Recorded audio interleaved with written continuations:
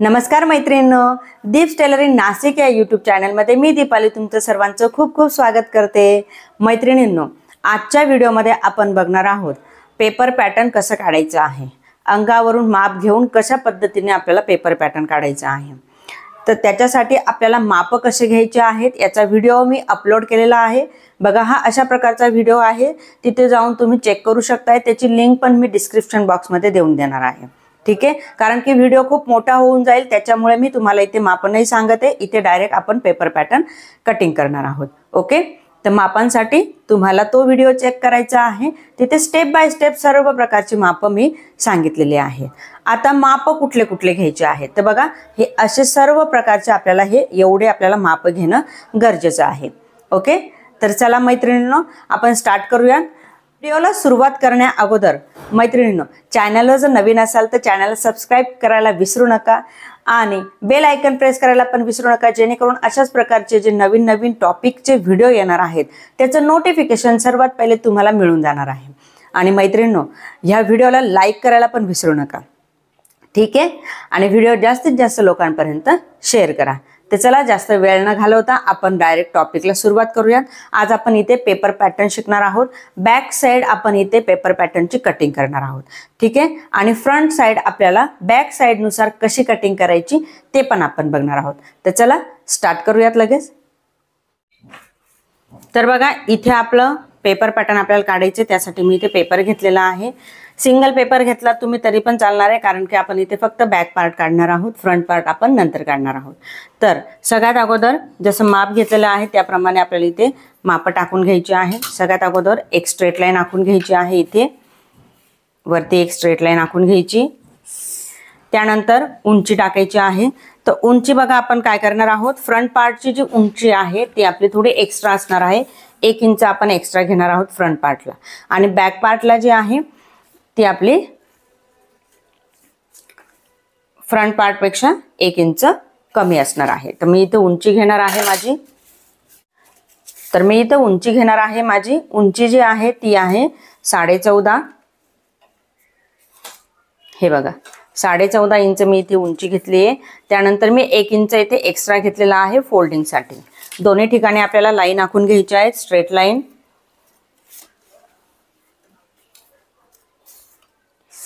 हे दोन्ही ठिकाणी मी अशा इथे स्ट्रेट लाईन आखून घेणार आहे।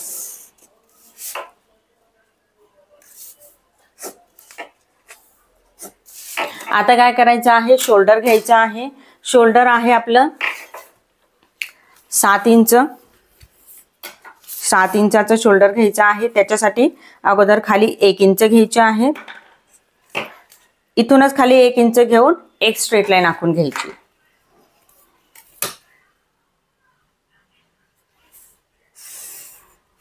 स्ट्रेट लाईन आखून झाली। आता खालच्या रेषेवरती आपल्याला घ्यायचं आहे शोल्डर। तर शोल्डर आहे माझं 7 इंच। 7 इंच शोल्डर घेतल्यानंतर आता पुढे घ्यायचं आहे 34चा चौथा भाग। जे काही तुमचे छातीचं माप असेल त्याचा चौथा भाग घ्यायचा आहे। माझं छातीचं माप जे आहे ते 34 आहे। 34चा चौथा भाग येतोय माझा 8.5 इंच। त्याच्यामध्ये मी पाव इंच एक्स्ट्रा घेणार आहे। ही जी रेषा आहे थोडीशी आपण वाढवून घेऊयात। पाव इंच एक्स्ट्रा घेऊन माझा पॉइंट येतोय इथे। यानंतर आपल्याला इथून आतमध्ये घ्यायचे आहे पाऊण इंच। पाऊण इंच इथे आतमध्ये घेतले आहेत। हे जे माप आहे प्रत्येकाला सेम घ्यायचे। पाऊण इंच घेतल्यानंतर हा पॉइंट आणि हा पॉइंट आपल्याला मोजून घ्यायचा आहे। तो जेवढा येत असेल तेवढा आपण वरती सोडून देणार आहोत। हा वरती सोडून दिल्यानंतर खाली आपण घ्यायचं आहे मोंढ्याचं माप। तर माझं मोंढ्याचं माप जे आहे ते येतंय 8 इंच। 8 इंच इथे आले। जिथे 8 इंच आले आहेत तिथे एक स्ट्रेट लाईन आखून घ्यायची आहे।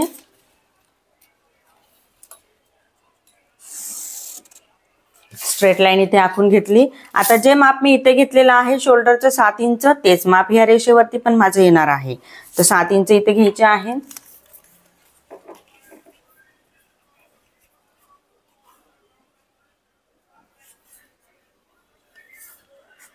7 इंच हे घेतल्यानंतर हा पॉइंट आपल्याला जॉईन करून घ्यायचा आहे। हा पॉइंट आणि हा पॉइंट रेषा जॉईंट झाल्यानंतर काय करायचं, आता इथे आपल्याला 34चं जे माप आहे आपलं त्याचा चौथा भाग घ्यायचा आहे, त्याच्यामध्ये पाव इंच आपण एक्स्ट्रा घेणार आहोत, म्हणजे इथे येणार आहे माझे 8.25 इंच. तुमचं जे काही माप असेल त्यानुसार तुम्हाला इथे माप टाकायचं आहे. तर इथं माझं येतंय 8.25 इंच. रेषा आपल्याला थोडीशी मोठी करून घ्यायची आहे, कारण पुढे आपल्याला मार्जिन पण द्यायचं आहे. 8.25चा पॉइंट माझा इथे आलेला आहे. ठीक आहे, आता खाली यायचंय. खाली कमर घेर येतंय 30 इंच. तर 30चा आपल्याला घ्यायचा आहे चौथा भाग. 30चा चौथा भाग होतोय 7.5 इंच. ठीक आहे, पण इथे काय करायचं आहे आपल्याला, बॅक साईडला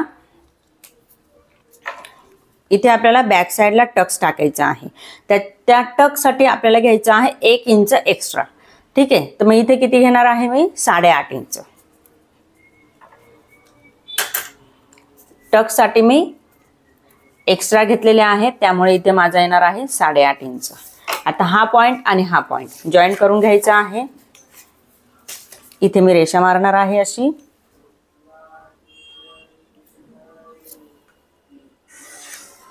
जॉईन करून घेतलंय. हा पॉइंट आणि हा पॉइंट दोन्ही पण पॉइंट आपण जॉईन करून घेतलेले आहेत. आता बघा, आता आपल्याला मोंढ्याचा आकार द्यायचा आहे. तर मोंढ्याचा आकार देण्यासाठी वरती यायचं. इथे ही जी लाईन आहे याच्या आपल्याला हाफ करून घ्यायची आहे. लाईन आपल्याला पूर्ण बघायची आहे, किती आहे ती.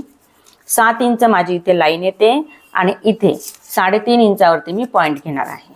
3.5 इंचावरती मी इथे पॉइंट घेतला आहे. आता काय करायचंय, ही जी स्केल आहे ह्या शेपरच्या मदतीने आपण इथे आकार देणार आहोत. तर शेपर असं ठेवायचंय आणि मग इथे आपल्याला सिंपली आकार द्यायचा आहे. हा आकार दिल्यानंतर आता शोल्डर उतार करायचा आहे इथे. तर शोल्डर कसा, इथून ते ह्या पॉइंट पर्यंत आपण उतार देणार आहोत.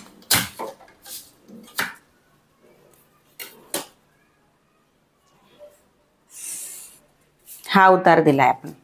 ठीक आहे, आता मोंढा आपल्याला मोजून घ्यायचा आहे किती आलेला आहे. तर आपला जो मोंढा आहे तो असा गोल राऊंड मध्ये मोजून घेणार आहे. हे बघा, 8 इंचाचा माझा इथे मोंढा आलेला आहे. तुमचा जो काही माप असेल तो तुमचा येणार आहे. ठीक आहे, तशा पद्धतीने तुम्हाला माप घ्यायचं आहे. आता काय करायचं आहे, आपल्याला इथून खाली यायचं आहे. अपेक्स पॉइंट जो आलेला आहे त्याच्यावरती मार्किंग करून घ्यायची आहे आणि जो पॉइंट आपल्याला इथून घ्यायचा आहे टक्सचा, तो कसा घ्यायचा आहे बघा. ही पूर्ण जी रेषा आहे याची आपल्याला हाफ करायची आहे. ही पूर्ण जी रेषा आहे आपली त्याचे हाफ येणार आहे 4.25 इंच. कारण की माझं इथे माप आलेला आहे 8.5 इंच. हे 4.25 इंच इथं आले आहे. हा 4.25 इथे घेतलेला आहे मी. ठीक आहे, आता बघा, खालची जी रेषा आहे ही तिथून मी घेणार आहे 1/2 इंच वरती टेप पकडणार आहे आणि इथे मी टाकणार आहे अपेक्स पॉइंट. आता माझा अपेक्स पॉइंट आहे 9.5 इंच. 9.5 इंच इथे आलेला आहे. इथे मी एक छोटीशी रेषा आखून घेते, म्हणजे मला पॉइंट समजून जाईल. आणि जे माप इथे घेतलेलं आहे 4.25चं, तेच माप ह्या रेषेवरती आपल्याला घ्यायचं आहे. हा पॉइंट आणि हा पॉइंट आपल्याला जॉईन करून घ्यायचा आहे.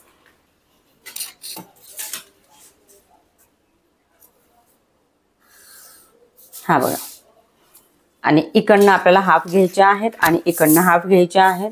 दोन्ही बाजूला 1/2 इंच घ्यायचे आहेत, म्हणजे हा आपला बॅक साईडचा जो टक्स आहे तो रेडी होऊन जाईल.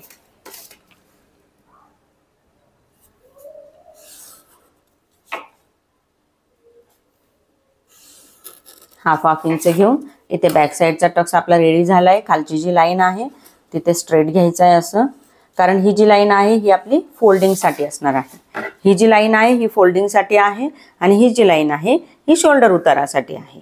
ठीक आहे, आता बघा इथपर्यंत आपलं झालं. आता घ्यायचं आहे मार्जिन. तर मार्जिन तुम्ही 1.5 ते 2 इंचापर्यंत घेऊ शकताय. तर मी इथे मार्जिन घेणार आहे 2 इंच. 1.5 ते 2 इंचापर्यंत तुम्ही इथे मार्जिन घेऊ शकताय.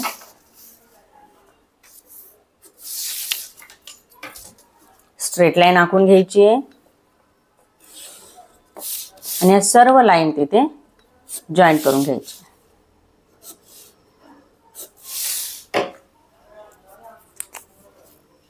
आता आपल्याला इथे गळ्याचं माप टाकायचं आहे. तर गळा जो आहे गळ्याची रुंदी मी घेणार आहे 4 इंच। हे बघा 4 इंच गळ्याची रुंदी इथे येते।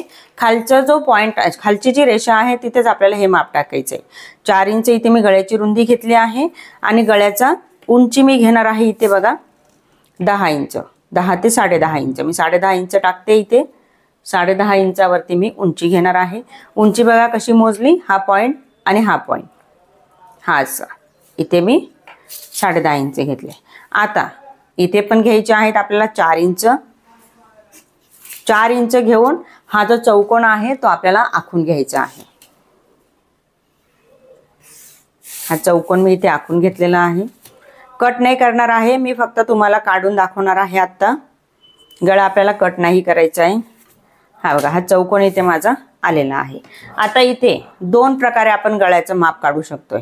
त्याच्यासाठी शेपर कसं ठेवायचंय बघा। शेपर जो नॉर्मल गळा येतो ना, नॉर्मल गळ्यासाठी आपल्याला शेपर असं ठेवायचं आहे। आणि डीप यू घ्यायचा असेल तर डीप यू गळ्यासाठी आपल्याला जे शेपर आहे ते असं ठेवायचं आहे। हे जे शेपर आहे ना, हे फार कामाची वस्तू आहे मैत्रिणींनो, आणि हे तुम्हाला तुमच्याकडे असणं फार महत्त्वाचं आहे। याच्यामुळे तुम्हाला आर्महोलला शेप देता येतो, गळ्यांना आकार देता येतो, अजून बरेचसे कामं याच्यामुळे होणार आहे। कॉलरसाठी पण तुम्हाला हे उपयोगी पडणार आहे।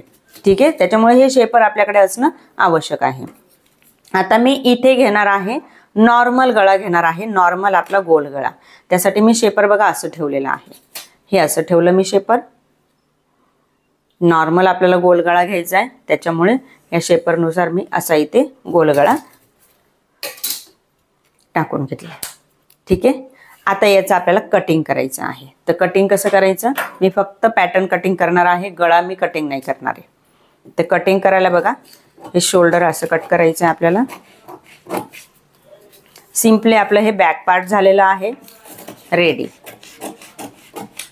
एकच पेपर मी कट केलेला आहे, सिंगल पेपरवर पण तुम्ही घेऊ शकताय।